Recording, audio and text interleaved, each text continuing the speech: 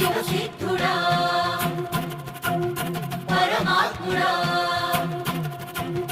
దయచూపరా పరమేశ్వరా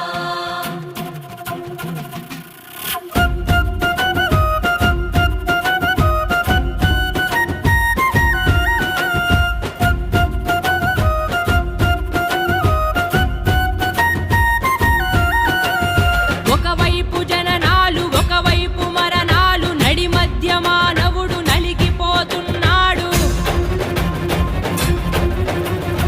ఒకవైపు పాపాలు ఒకవైపు శాపాలు